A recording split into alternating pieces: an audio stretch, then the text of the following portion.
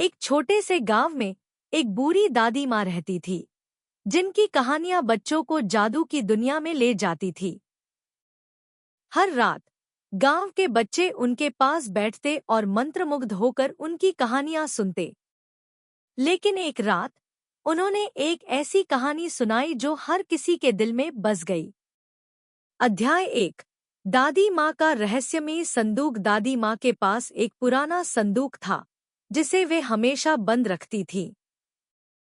बच्चे अक्सर पूछते, दादी, इस संदूक में क्या है? लेकिन दादी माँ बस मुस्कुरा देती और कहती, सही समय पर पता चलेगा। अध्याय 2। जादुई किताब की खोज। एक दिन गांव में तूफान आया और बिजली चली गई। बच्चे डर गए और दादी माँ के घर भागकर आए। दादी माँ ने उन्हें शांत करने के लिए एक पुरानी किताब निकाली।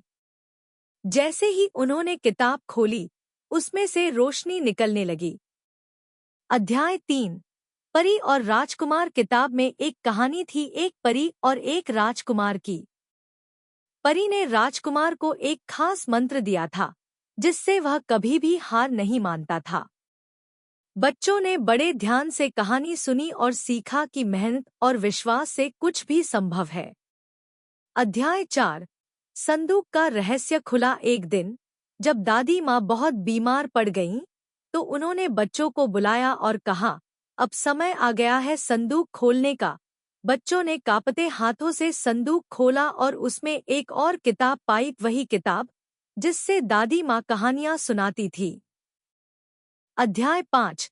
कहानी की दुनिया में सफर। जब बच्चों ने उस किताब को ध्यान से देखा, तो अचानक उसमें से एक प्रकाश निकला और वे खुद को एक नई दुनिया में पाए।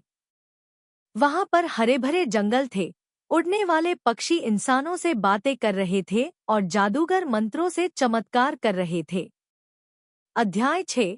दुष्ट जादूगर की चुनौती। अचानक एक दुष्ट जादूगर आया और उसने बच्चों से कहा, अगर तुम इस दुनिया में रहना चाहते हो, तो तुम्हें मेरी 3 कठिन परीक्षाएं पास करनी होंगी। बच्चों ने दादी माँ की सिखाई हुई हिम्मत और बुद्धिमानी से परीक्षाएं पार करनी शुरू की। अध्याय 7।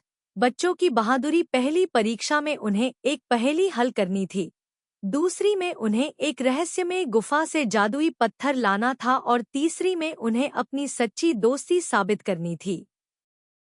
बच्चों ने एक दूसरे की मदद की और सभी परीक्षाएं पार कर ली। अध्याय 8। जंगल का रहस्यमय वृक्ष। तीसरी परीक्षा पार करने के बाद बच्चों के सामने एक विशाल वृक्ष प्रकट हुआ, जिसकी जड़ें सोने की तरह चमक रही थी।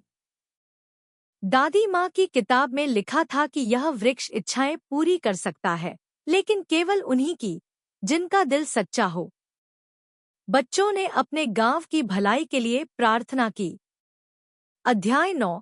जादूगर का हृदय परिवर्तन। जब बच्चों ने निस्वार्थ भाव से प्रार्थना की, तो जादूगर को अपनी गलती का एहसास हुआ। उसने बच्चों से क्षमा मांगी और कहा कि वह अब बुराई का रास्ता छोड़कर अच्छाई की राह अपनाएगा।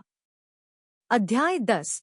जीत और वापसी। जब बच्चों ने आखिरी परीक्षा पार कर ली, तो जादूगर हंस पड़ा और कहा, तुमने यह साबित कर दिया कि सच्ची दोस्ती और मेहनत से कुछ भी हासिल किया जा सकता है। अब तुम्हें घर वापस जाने का रास्ता मिल जाएगा। किताब फिर से खुली और बच्चे वापस दादी माँ के घर आ गए।